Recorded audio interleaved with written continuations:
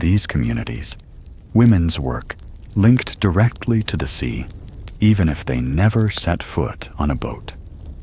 They knew the signs of a coming storm, the smell of the air when the wind shifted. They listened for the creak of oars before the boats came into view. They could judge the quality of a fish by the feel of it under their fingers, the brightness of its eyes, the firmness of its flesh. Hello? It's nice to have you here. If you've stumbled upon this, perhaps you're looking for a bit of quiet, or maybe you're hoping for something calm to listen to while you rest. And if you are still awake at any point in this long ramble, you can tell me in the comments where and when you're listening. I always like to imagine people scattered in different corners of the world, some in the middle of the day, maybe listening at work with one earphone in, some late at night, curled up under a heavy blanket, maybe with a warm drink slowly cooling on the bedside table. We're going to drift back in time, together, slowly, without any rush.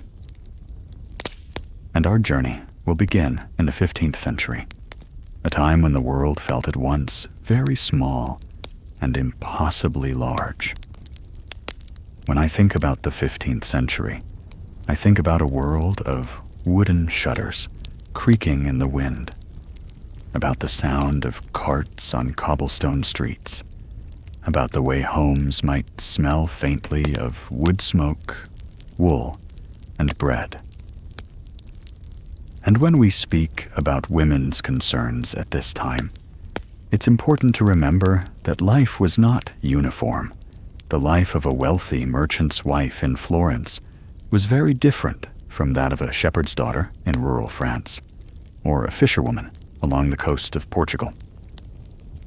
In many ways, women's primary concerns were rooted in *** daily survival, ***, and the predictable rhythms of household life. The day began early, often before sunrise, because many tasks depended on daylight. There was bread to bake, sometimes in communal ovens, milk to fetch from the animals, and in some households, spinning or weaving to begin before the rest of the family even stirred. And, I should say, in this period, the ability to weave, sew, and mend clothing wasn't a hobby. It was an essential skill. Cloth was precious. A dress might be worn, mended, and reworked for years, passed from one person to another. Sometimes I think about the texture of those fabrics, rough homespun wool for the working poor, soft imported silks for the wealthy, the way the weight of the cloth might have felt on the shoulders.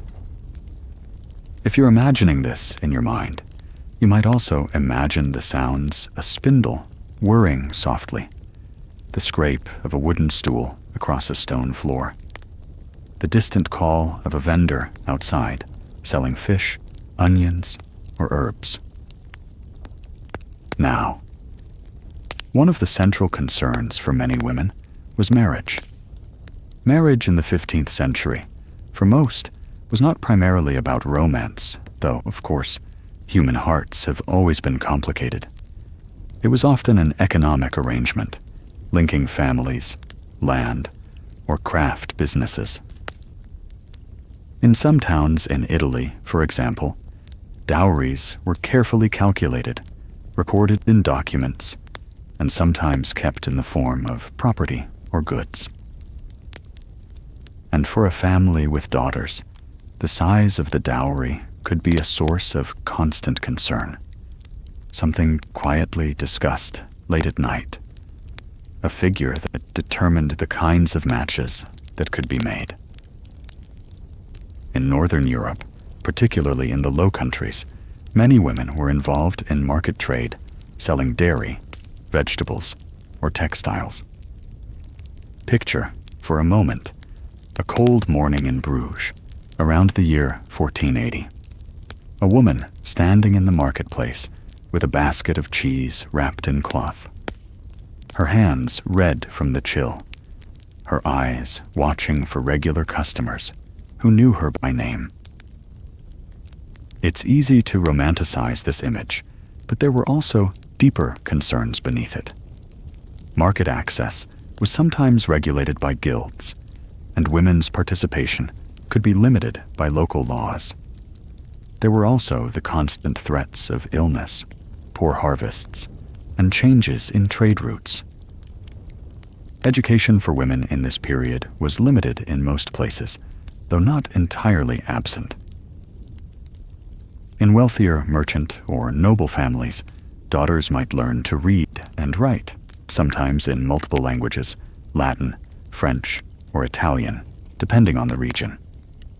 In convents, literacy could be higher, and some women in religious life became important writers, correspondents, and thinkers of their time. One might imagine a young novice in a quiet convent library, bent over a manuscript, copying a passage with careful strokes of the quill, the smell of ink and parchment faint in the air. This, too, was a form of women's history, though often hidden from the broader narratives. The 15th century also saw the early stirrings of change. The printing press began to spread knowledge more widely. While women were not the main audience at first, printed materials slowly began to include devotional books, moral guides, and even collections of letters aimed at female readers. I like to think about someone perhaps in 1495 turning the pages of a small printed book by candlelight, the pages slightly uneven from the press, the text still sharp and black, the faint smell of oil-based ink lingering. But daily life, for most women, remained tied to the household. Cooking was done over open hearths, with heavy pots hung on iron hooks. Bread ovens were heated with bundles of sticks, and meals often consisted of pottage, a slow-cooked stew of grains, and whatever vegetables or bits of meat were available. It's almost soothing to imagine the quiet routine of tending a pot, adding a pinch of dried herbs stored from summer, tasting with a wooden spoon, listening to the slow bubbling as smoke curls up the chimney. I realize I'm drifting a little, but that's the nature of this journey. And if you're still with me, still awake, let me know in the comments where you're listening from, and maybe what time it is for you right now.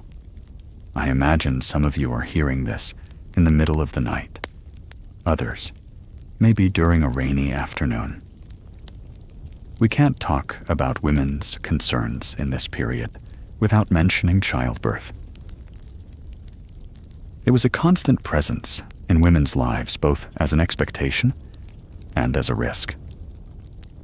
Midwives played an essential role, often relying on knowledge passed down orally from generation to generation. There were herbal remedies, prayers, charms, and in some places, small painted icons hung in the birthing room to invoke divine protection. These were moments of intense community among women, but also moments of fear, as complications could be fatal. The survival of both mother and child was never guaranteed. And yet, life continued, season after season. Festivals and holy days punctuated the year, times when women might wear their best clothing, gather with neighbors, and momentarily set aside the worries of daily life. In some parts of Europe, like rural Spain or southern France, women sang songs while working in groups, whether in the fields or at home with spinning wheels. These songs were often simple, repetitive, the kind of melodies that slip easily into memory, like the gentle hum of a lullaby. As the 16th century dawned, the Renaissance spread further across Europe, influencing art, architecture, and ideas. For some elite women, this meant new opportunities, patronage of the arts, correspondence with scholars, participation in courtly life. For most, however, daily realities changed little. But the Reformation, beginning in the early 16th century, would alter women's lives in significant ways, particularly in Protestant regions where convents were dissolved. This closed off one of the few respected avenues for unmarried women to live independently. I'm realizing I could spend hours just describing the sound of a quill on paper in this period, but we still have centuries to drift through together. For now, let's linger a little longer in a small, imagined kitchen in the year 1550. The fire has burned low, casting a faint orange glow. A woman is mending a shirt by lamplight, her needle moving in slow, practiced motions. Outside, somewhere down the street, a dog barks. Footsteps pass, and then fade away. In this quiet moment, perhaps her thoughts drift to the price of grain at the market, to her sister in another town, to the new neighbors she hasn't yet met. It's a scene that could have happened anywhere, in England, in Flanders, in the German states. The details change, but the rhythm is familiar. The 17th century began with a strange combination of old certainties and new uncertainties. For women, daily life still turned around the same familiar circles: food, household work, family. And yet, beyond the walls of home, the world was shifting. There were great sea voyages, colonies being established, the beginnings of a truly global exchange of goods, ideas, and unfortunately, diseases. And these things, even if far away, touched women's concerns in small, indirect ways. One of the most common threads in women's history at this time was the management of households. But when we think household today, we often imagine just a family. In the 17th century, especially in wealthier homes, the household might include apprentices, servants, and extended family. The woman who ran such a household had to be part bookkeeper, part negotiator, part nurse, part teacher, all without any formal recognition of those roles. I sometimes imagine her, perhaps in 1625, somewhere in Amsterdam, sitting at a table in a shaft of cold winter light, counting coins from the week's earnings while a pot of beans simmers nearby. The coins clink softly against the wood. She pauses to write a figure in a small notebook, her handwriting neat but quick. Outside, a canal reflects the pale sky. In rural areas, women's concerns remained tied to the seasons. Spring meant planting. Summer meant gathering herbs and drying them. Autumn was for preserving food. And winter, long evenings of mending, spinning, and making sure there was enough firewood stacked against the wall. The rhythm was unhurried, but unrelenting. There was always something to do. One of the more subtle changes of the 17th century was in asterisk fashion. Asterisk, which might sound light and frivolous at first, but clothing was deeply tied to social status, modesty, and even law. In some regions, sumptuary laws, dictated exactly what women could and could not wear based on their social rank. Imagine laws that told you the maximum width of lace on your sleeves, or the type of fabric you were allowed to buy.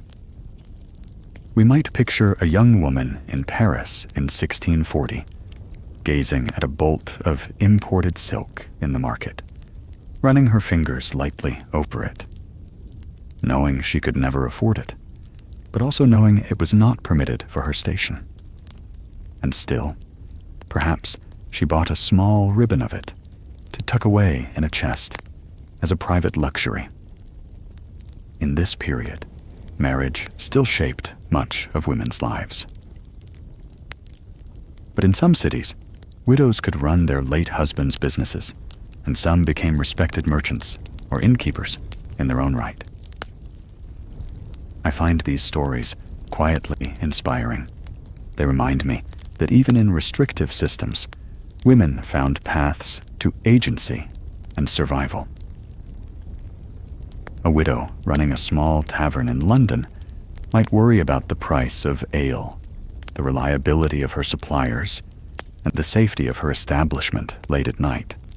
These were practical, daily concerns, not the sweeping dramas we often see in movies about the past. Religion continued to be a powerful influence. The 17th century saw wars of faith, the 30 Years' War in Europe, for instance, that disrupted communities and uprooted families.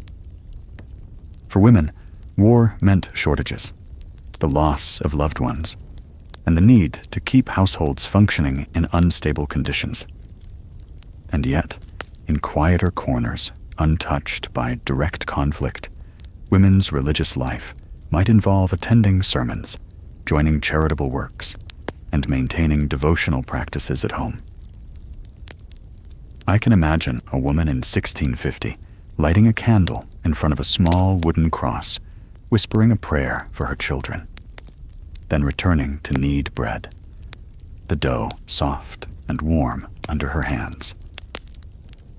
Education remained uneven. Elite women might read philosophy or poetry, but most women learned skills directly tied to survival.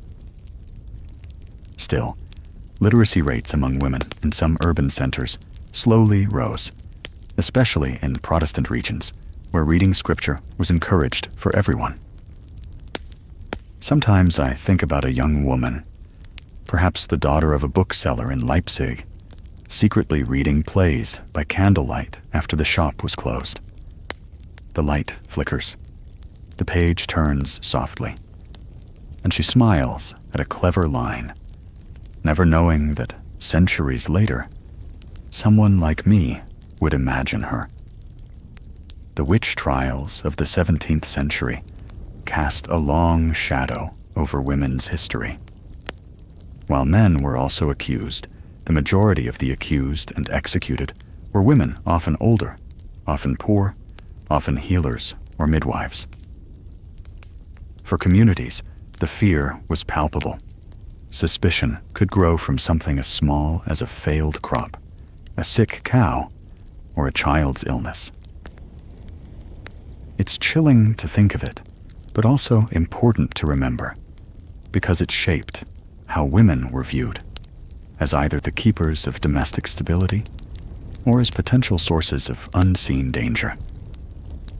Amid all this, there were also spaces of joy and beauty.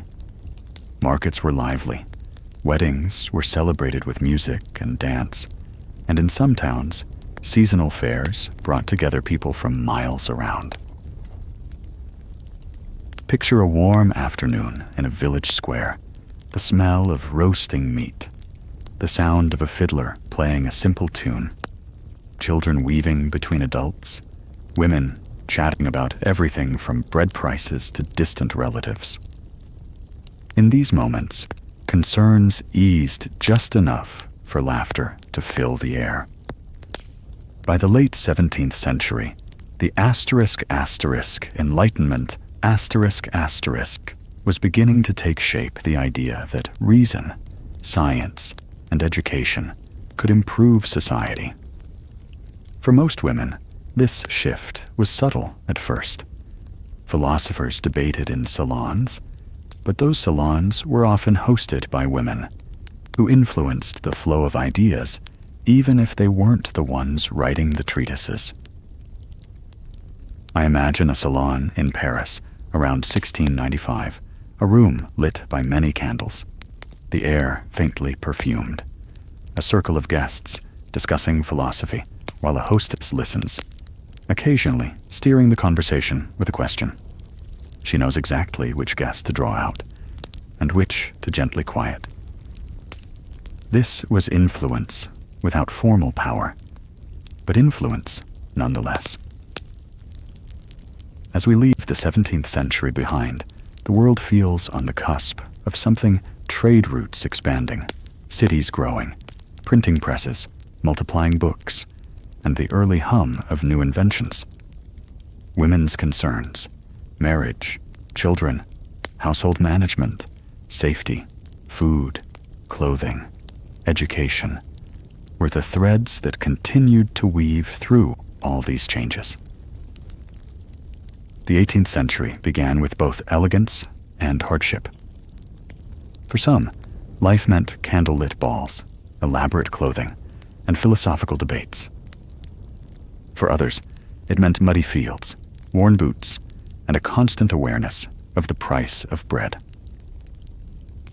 Women's concerns in both settings remained practical. In towns and cities, it was often about keeping up appearances, managing a household budget, and navigating social expectations. In the countryside, it was about survival through the seasons.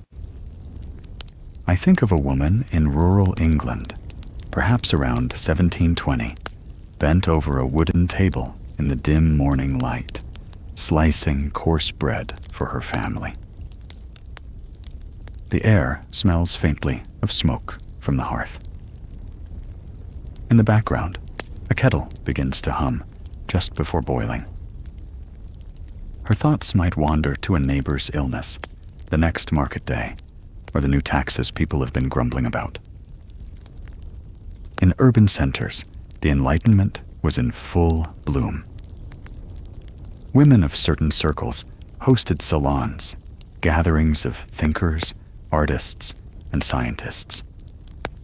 While they often could not publish under their own names, their homes became spaces where ideas took shape. I picture a Paris salon in 1750, a woman in a pale silk gown, her hair powdered, standing near the fireplace. She listens as two philosophers debate over a new treatise. She interjects with a question that gently redirects the conversation. It's not a scene of dramatic speeches, more like a slow dance of words, each guest offering a step, a turn, a pause. The domestic side of life was still an anchor. Clothing, for example, required constant maintenance. A fashionable dress might be altered and re-altered over years. Stays, the stiff undergarments worn for support, had to be mended when they cracked or tore. Even stockings were darned rather than discarded.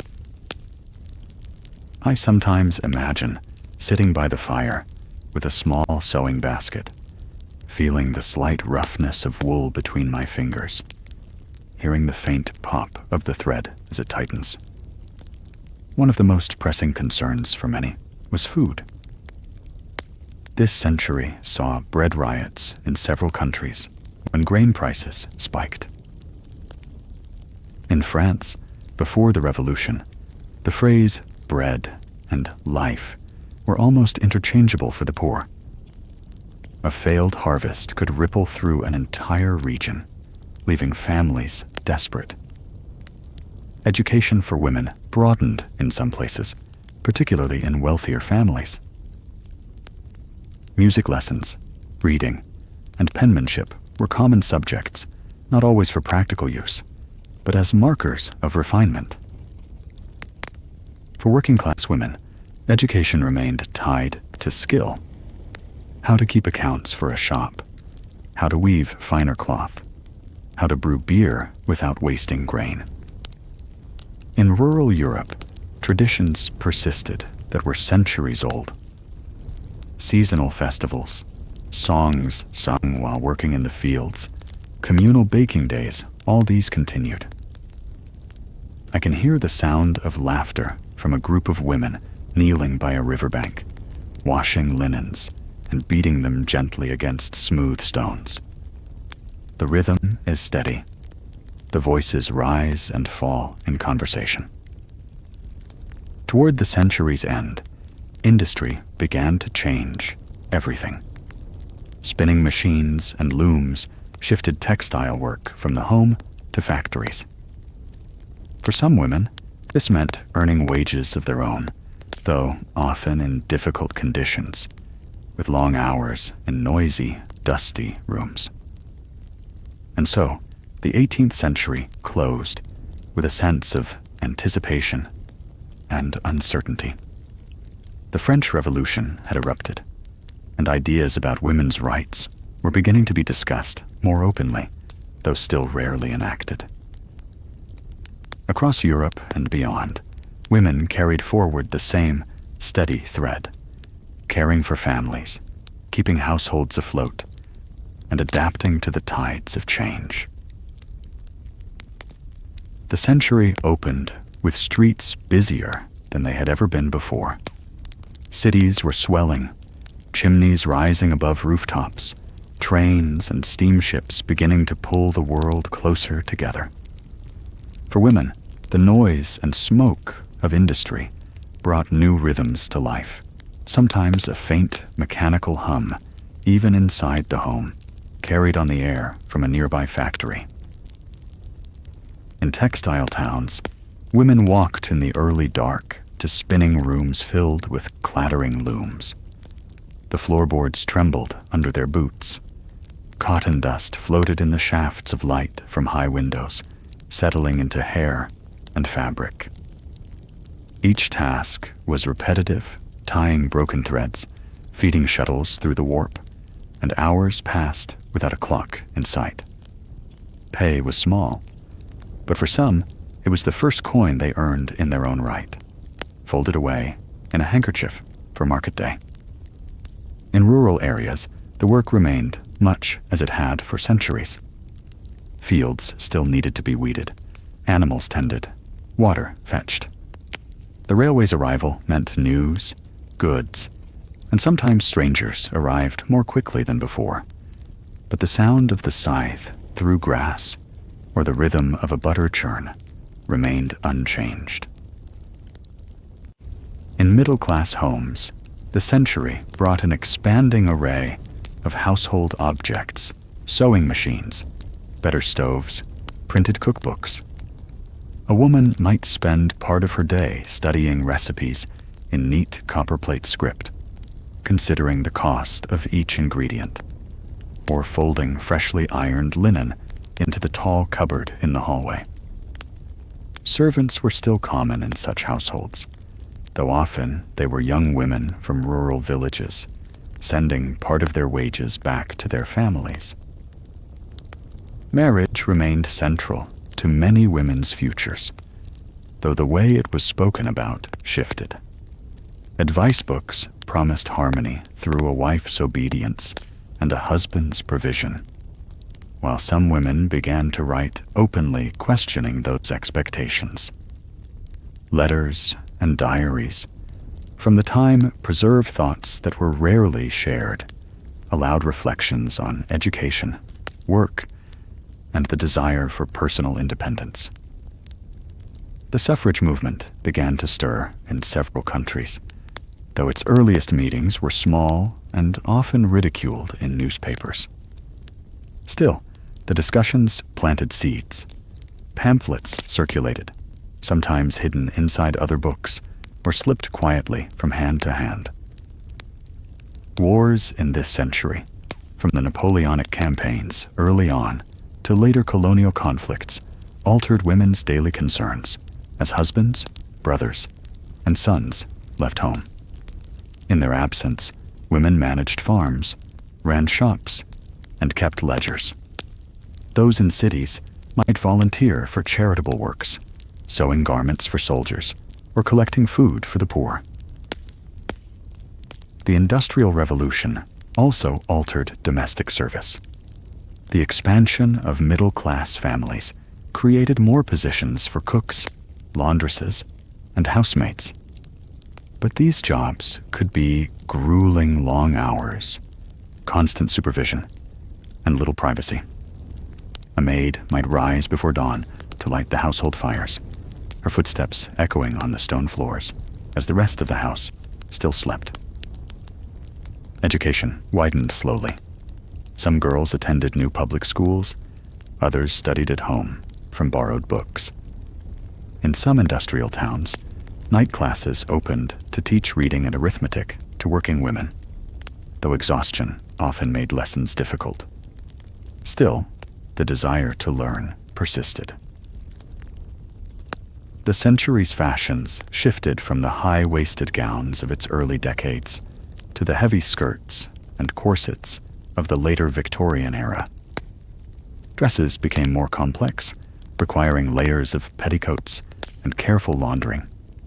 Even the maintenance of clothing could fill hours, starching, ironing, sewing on hooks and eyes. By the closing decades, women's voices were growing louder in print, in public halls, and in quiet parlors. Campaigns for voting rights, better working conditions, and access to education intertwined with the continuing work of daily life. The clatter of factory looms, the whistle of steam trains, and the rustle of skirts on city streets all became part of the same background hum, the 19th century, breathing steadily toward change. The century began with a restless energy. Cities were crowded, and electric lights glowed in windows where only lamplight had flickered before. Streetcars clanged through avenues, and voices from early radios carried into kitchens.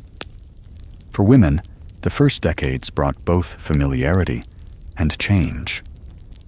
Many still managed households in patterns their grandmothers would recognize, yet opportunities outside the home were appearing in small but steady numbers. In the years before the First World War, department stores became gathering places. Glass cases displayed fabrics and hats, perfumes in cut glass bottles, and polished counters offered ready-made garments. Women shopped, worked as sales clerks, or sewed in the workrooms behind the elegant storefronts. The day was punctuated by the sound of a cash register drawer sliding open, the soft rustle of paper wrapping, and the muted conversations of customers. When war came in 1914, life shifted abruptly. Women filled roles left vacant by men working in munitions factories, on trams, in offices. In rural areas, they harvested fields and tended animals, the work heavier without the usual hands to help.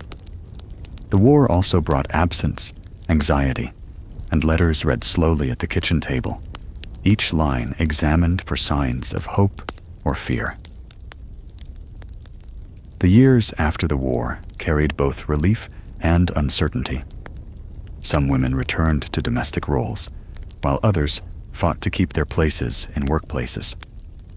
In several countries, the vote was finally granted, though often after long campaigns of petitions, speeches, and quiet persuasion in parlors and meeting halls.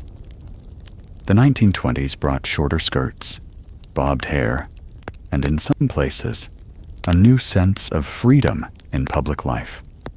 Yet for many, the reality of the decade was still rooted in budgets, meal planning, and mending flour, measured carefully, hems stitched in the evening, and laundry hung to dry on backyard lines. The Depression of the 1930s made thrift essential. Clothing was patched repeatedly, gardens expanded for vegetables, and any extra income, no matter how small, was guarded closely. Women queued for bread, took in washing, or made soap at home to save money. Conversations often circled back to prices, bread, coal, cloth, and to ways of stretching what was available. Another war began in 1939, and once again women's roles widened.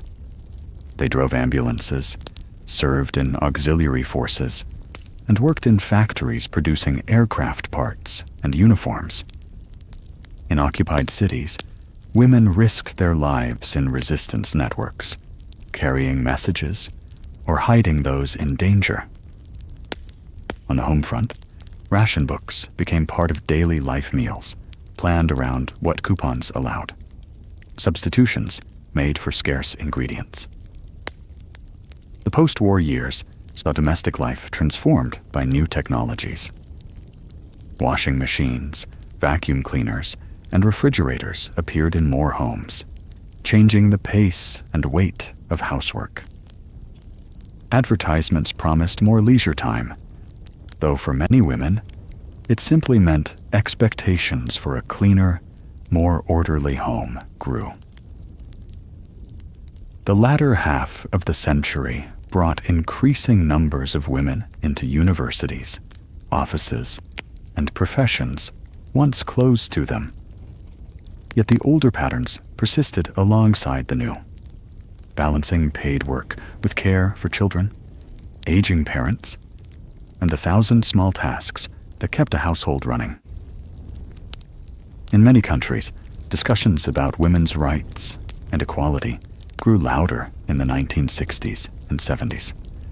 Books, television interviews, and public speeches questioned long-standing roles, while everyday life continued. Groceries bought, shirts ironed, floors swept. Even in moments of political change, the quiet routines remained the framework of most days. By the century's end, the sound of a computer keyboard joined the clatter of dishes and the hum of a washing machine in the daily soundscape. Communication stretched instantly across continents, yet many concerns had not changed: health, safety, work, education, family. Beyond the 20th century, these threads remain. In every era, women's lives have been shaped by the balance between adaptation and continuity, responding to new inventions, wars, losses, and ideas, while still measuring flour for bread, folding clean sheets, and keeping watch over the well-being of those they care for. The tools and settings change. A spinning wheel becomes a sewing machine, then a keyboard. A market square becomes a supermarket, then an online order, but the underlying patterns endure. The quiet strength of daily life, the management of resources, the weaving together of relationships and responsibilities. These have been present from the kitchens of the 15th century to the apartments and houses of the present day, and they will likely continue far beyond the time we can imagine now.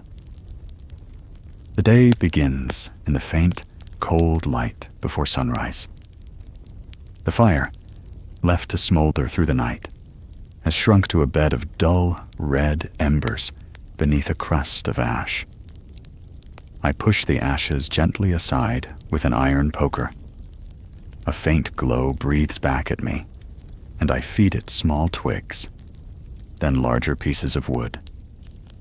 The smell of smoke rises softly, mixing with the scent of last night's stew, still lingering in the air. The room is quiet, except for the soft shifting of someone still asleep under blankets in the corner. Outside, the ground is damp from the night's dew. I step into the yard with a bucket, the wooden handle smooth against my palm. The path to the well is familiar, worn by countless steps.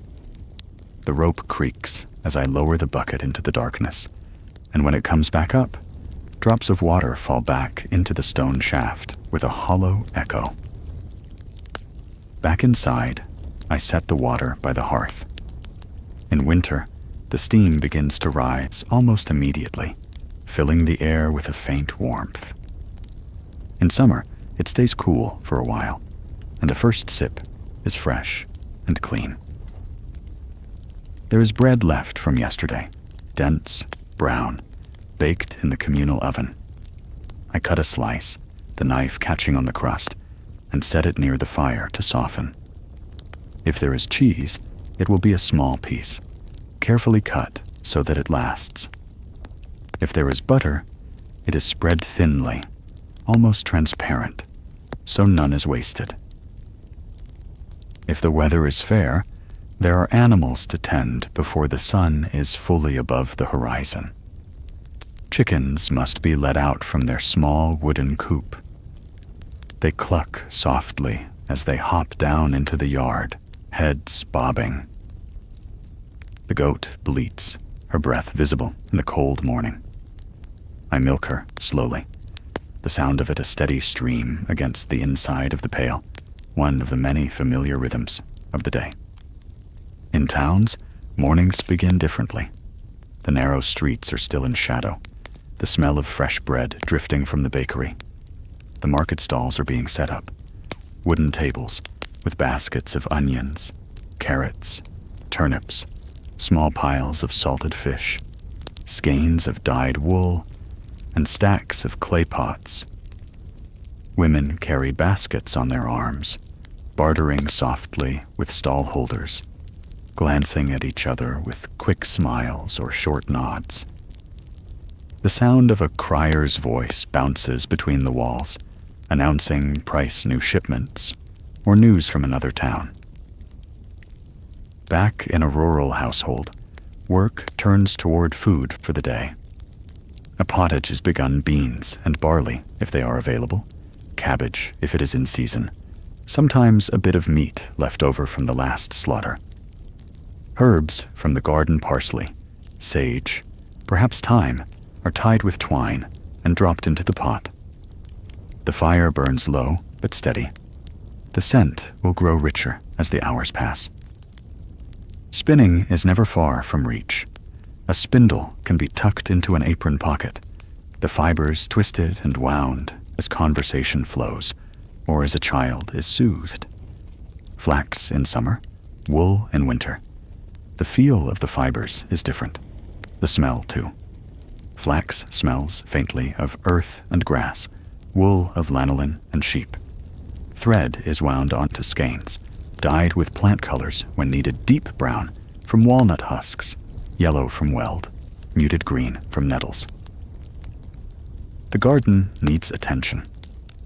In spring, the soil is turned by hand, seeds pressed gently into place. In summer, weeds are pulled, and the air smells of sun-warmed leaves. In autumn, vegetables are lifted from the earth and laid in baskets: carrots with their long green tops, onions with their papery skins, turnips still damp from the soil. Winter is quieter in the garden, but there are still tools to repair, fences to mend. Inside, there is mending to do. A tear in a sleeve is stitched closed with careful, even seams. A frayed hem is reinforced. Woolen stockings are darned. The small, repetitive motions keeping the hands busy while the mind drifts. Cloth is far too precious to be thrown away.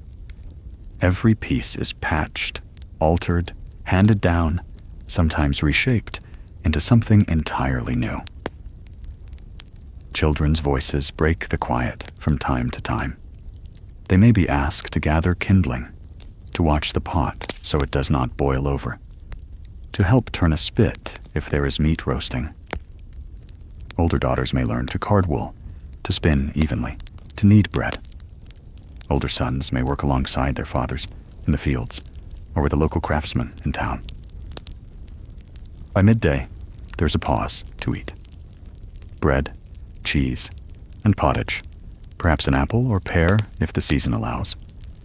Food is eaten without haste, but without lingering. There is still much to do. In the afternoon, heavier work is done, if the weather permits, washing clothes in the stream, beating them against smooth stones to loosen dirt, or laying them out in the sun to dry.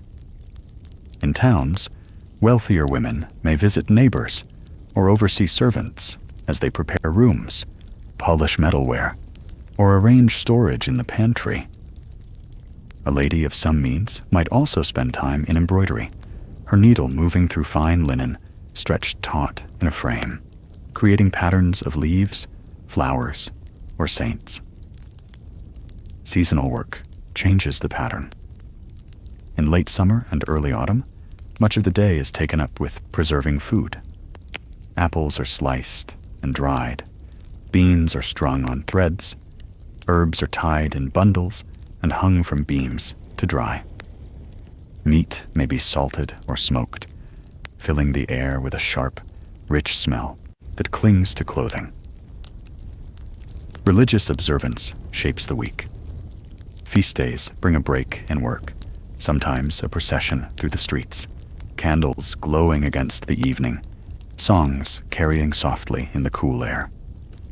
On such days, women may wear their better garments, perhaps with a bit of embroidery at the cuffs, or a ribbon saved for special occasions. Evening comes slowly, the sky deepening in color. The fire is stoked again for the main meal, and light fades until only the glow of the hearth remains. Shadows move gently across the walls as someone spins or as a child drifts to sleep. If there is music, a lute, a fiddle, it is played softly. Conversation turns to the next day's plans, the weather, news from neighbors. Before sleep, the fire is banked with ash to keep embers alive for the morning. Doors are secured, animals settled for the night. Beds are simple, a frame with ropes to hold a straw-filled mattress, blankets of wool pulled up high. The last sound before sleep might be the wind moving through the trees, the creak of the rafters, or the faint breathing of others in the room. And so the cycle turns, day after day, marked by the same essential tasks. In the 15th century, a woman's work was not separate from her home, her family, or her survival. Every motion, lifting water, stirring the pot, turning the spindle, was both ordinary and vital, repeated across years and generations. The year, for most women, was not a straight line from January to December. It was a circle, turning with the seasons, each month marked by work that had been done before and would be done again. In the depth of winter, the mornings were dark. Smoke from every chimney rose slowly into a pale sky, the air heavy with the smell of wood and peat.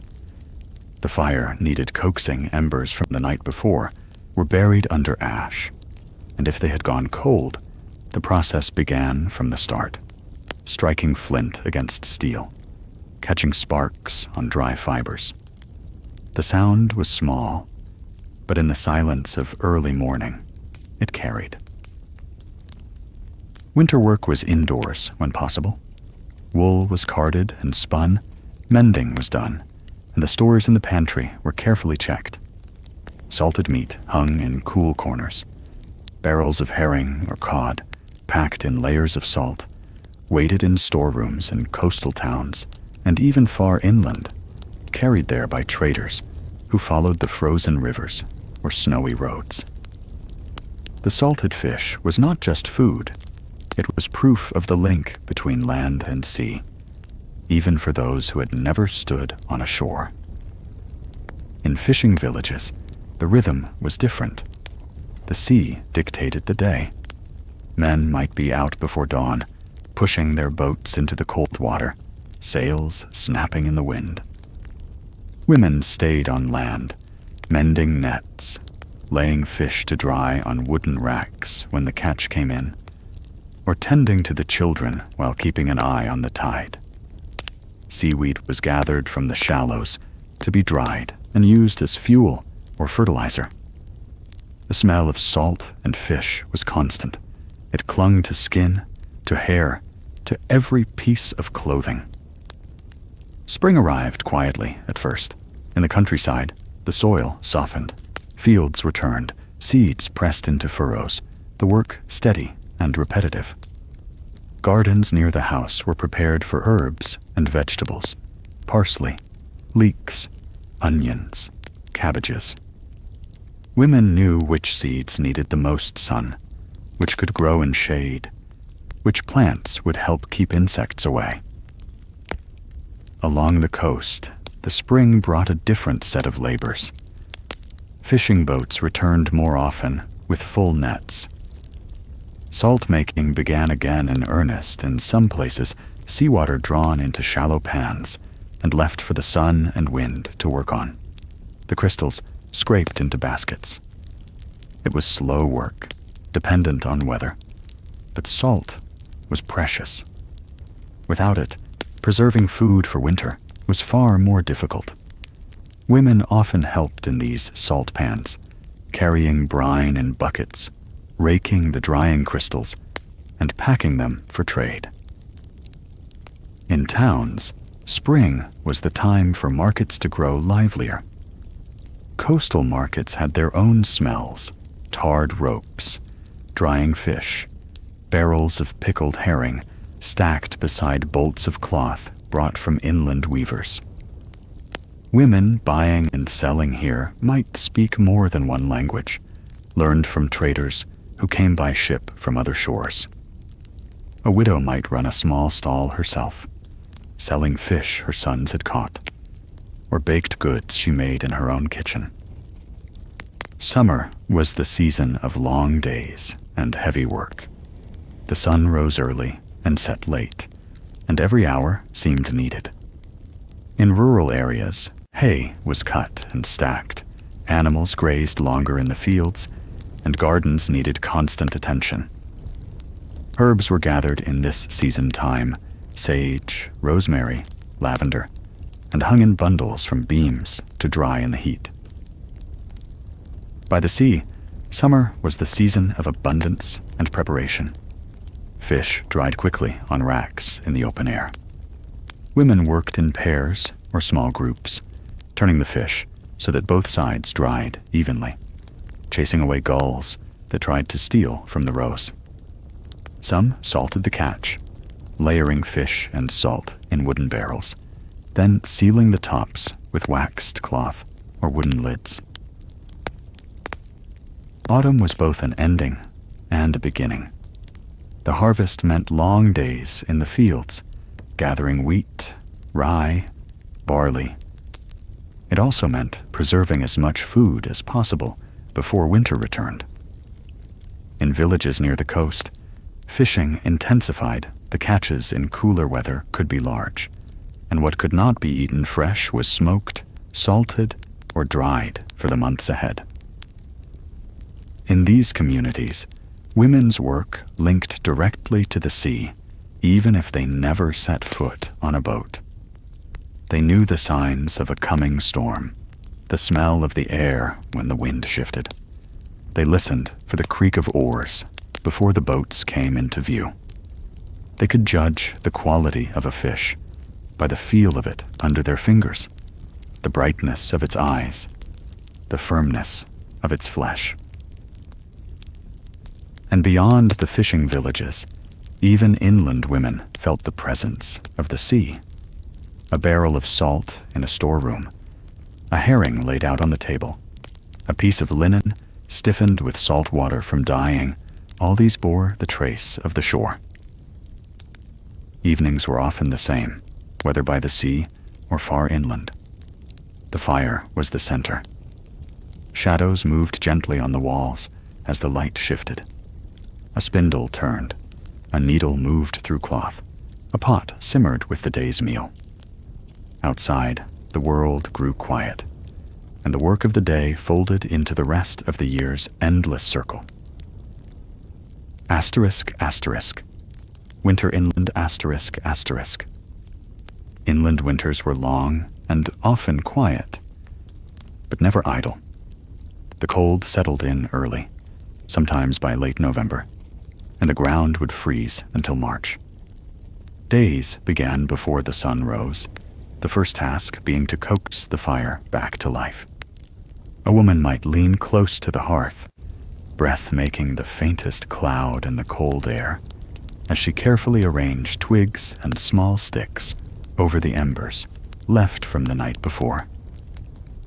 If they had gone out entirely, she would strike flint against steel, listening for the faint crack of spark against the waiting fibers of dried moss or shredded linen.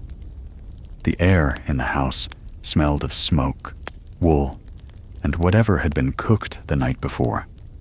Outside, the sound of snow underfoot was muffled, each step leaving a dark, compacted print. The household was kept alive on what had been stored months earlier: barrels of grain, baskets of root vegetables, and most precious of all, preserved meat and fish. Salted herring was a common winter meal, the flesh soaked before cooking to draw out the brine, then stewed with onions or cabbage.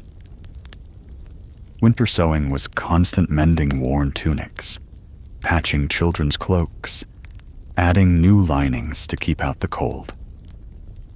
Wool was spun indoors by the light of the fire, the spindle twisting with a soft, rhythmic sound. Children might sit nearby, twisting bits of yarn into braids for ties and cords. Asterisk, asterisk, winter coastal, asterisk, asterisk. Along the coast, winter carried its own harsh beauty. The sea looked darker, heavier, and the air carried a fine salt mist that clung to hair and skin. Men still went out in their boats if the weather allowed, though the days were short and the catches uncertain. Women stayed near the shore, repairing nets by the dim light of winter mornings. The thin hemp cords were stiff with salt, and each knot was pulled tight with a practiced twist of the fingers. When a catch came in, there was no time to delay. Fish had to be salted immediately or hung in the cold air to dry. Women layered the fish in barrels with coarse salt from the pans, each layer pressed down so no air could spoil it. Salt itself was a winter task, though more limited seawater could still be drawn and boiled. But evaporation was slower in the cold months, so large stores from summer were guarded carefully. Boats pulled high onto the shore were scraped of barnacles, their hulls coated with tar to protect them from the sea's bite. Women helped with smaller repairs, scraping away old caulking or carrying buckets of hot pitch. The smell of tar mixed with the salt wind and wood smoke, a scent that clung to the village all winter. Asterisk, asterisk, spring inland, asterisk, asterisk. When the first thaw came, water pooled in the furrows of the fields, and the soil grew soft underfoot. Spring meant preparation. Women sorted through baskets of seeds saved from last year, checking for rot or mold, selecting the best for planting. The vegetable garden near the house was turned over with a spade, the dark earth smelling rich and damp. On planting days, the work was repetitive, but careful seeds pressed into shallow trenches, then covered with soil, the rows marked by small sticks or stones. The herb beds were tended as well, with parsley, sage, and leeks given their places. Women knew the right time to plant by the look of the buds on the trees or the calls of certain birds, signs as reliable as any calendar. Clothing and linens, stored away for winter, were washed in the streams once the ice had melted. The cold water stung at first, but the sunlight was stronger now, drying the cloth quickly on bushes or wooden frames. The sound of running water and the sight of white linen fluttering in the breeze marked the true beginning of spring. Asterisk, asterisk, spring, coastal, asterisk, asterisk. Spring by the sea was busier still. Fishing improved as the weather warmed, and the catches came in heavier. Women laid fish on long wooden racks to dry in the sun, turning them regularly so both sides cured evenly. The gulls were always watching, ready to swoop down. And so the racks were often guarded by someone with a stick, or a loud clap of the hands. Salt production began again in earnest in regions where the climate allowed. Shallow pans, cut into the earth or built from stone, were filled with seawater and left for the sun and wind to work on. Women raked the drying crystals into piles, scooping them into baskets lined with cloth to keep the smallest grains from falling through. This salt would not only serve the village, but be traded inland for grain or cloth. The harbors, such as they were, grew livelier. Traders from other towns arrived by small coastal boats, bringing pottery, woven goods, and sometimes spices. Women might exchange fish for pepper or dried fruit, small luxuries that could be saved for special meals. Asterisk, asterisk, summer inland, asterisk, asterisk. Summer inland was long days under the sun. The fields were alive with crops, and weeds needed constant pulling. Children were sent to scare birds from the grain fields, clapping sticks together to keep them away. Women tended gardens daily, gathering beans, peas, and herbs. Lavender was cut and tied in bundles to dry, filling the air with its sharp, clean scent. Wool shearing took place in summer. After the sheep were shorn, the wool was washed in large wooden tubs, the water growing cloudy as dirt and oils were worked out. It was then spread on hedges or clean grass to dry in the warm sun. Spinning might be set aside during the hottest days, but the preparation of the wool was work enough. Summer was also the time for fairs and markets.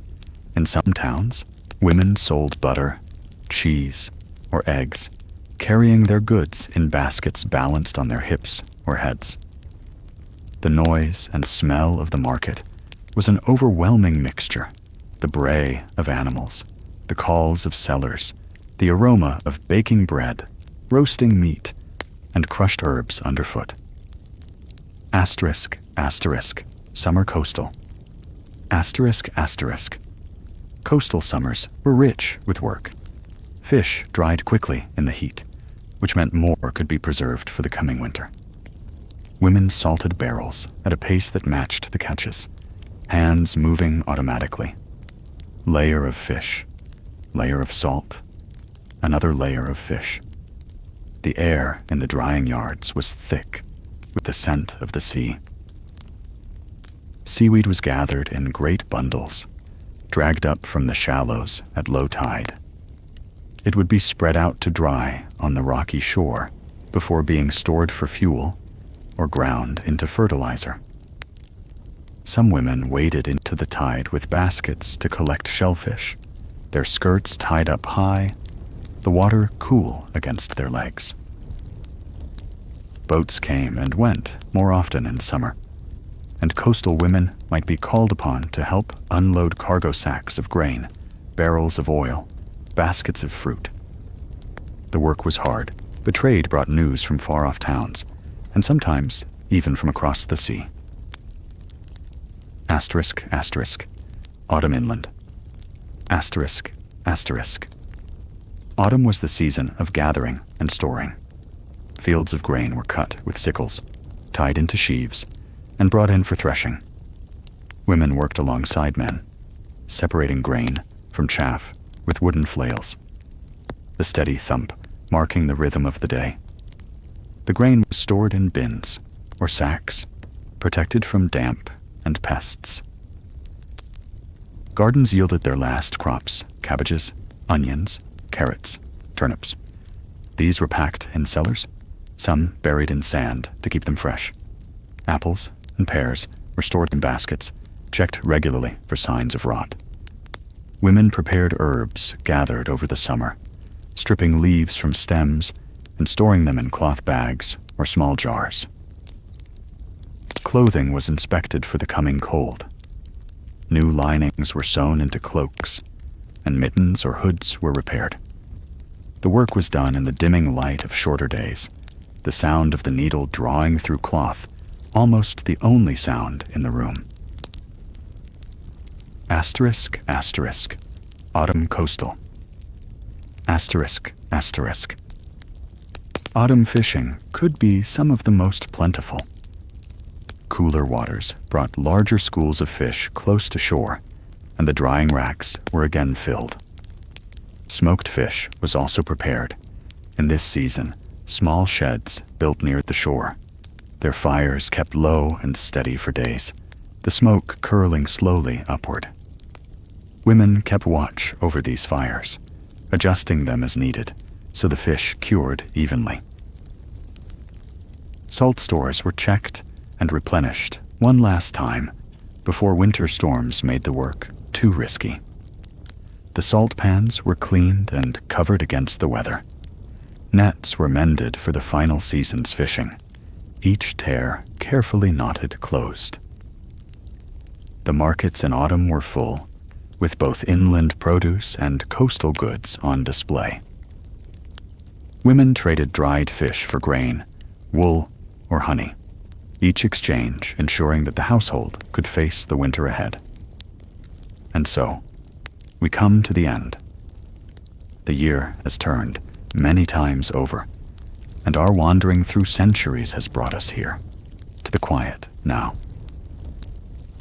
We have walked beside women who lived long ago in fields, in kitchens, along the shore, their hands busy with work that was ordinary to them, but far away to us.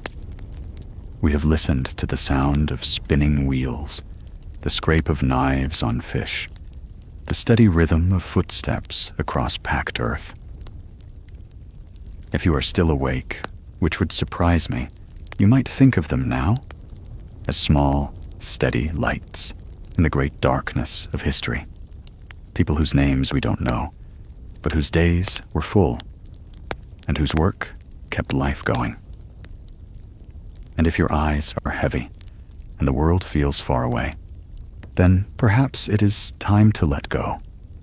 Let the mind drift like a boat on a tide that pulls you gently out to sea. By the way, if you haven't already, tell me in the comments where and when you are listening from.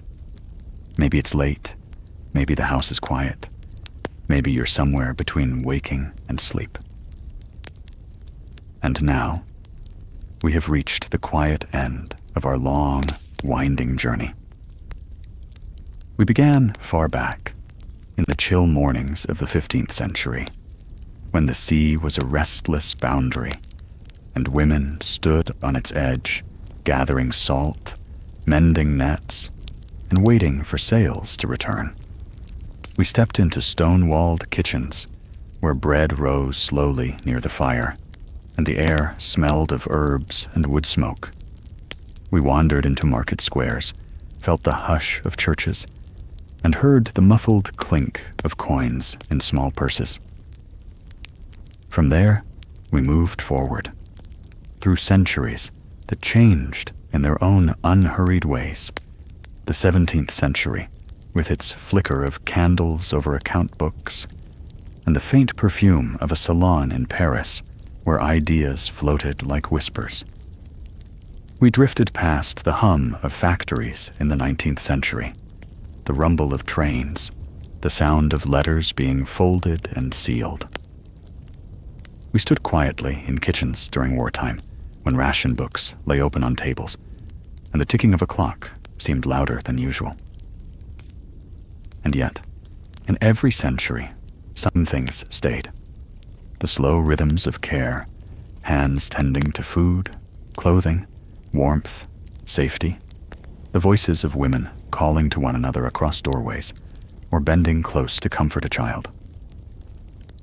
Now, the centuries have folded up behind us, like pages in a book. The sounds are fading, the scrape of a chair, the rattle of shutters in the wind, the lap of water against a dock. If you are still with me, still awake, perhaps you could tell me in the comments where and when you are listening. Maybe you're lying in bed in the late hours of the night, or sitting at a desk with a warm drink. Or maybe You've played this while you drifted off on a train, the scenery sliding past unseen. And if you are not awake anymore, that is all right too. These words can continue without you, like the tide moving under the moon. We have been everywhere, and now we are nowhere in particular. Just here, just the stillness. You don't need to remember the details. You don't even need to keep your eyes open. So let the story go. Let the centuries dissolve, until all that's left is the soft sound of your own breathing, the warmth where you rest, and the weight of sleep drawing you under. Rest well, and until we meet again, good night.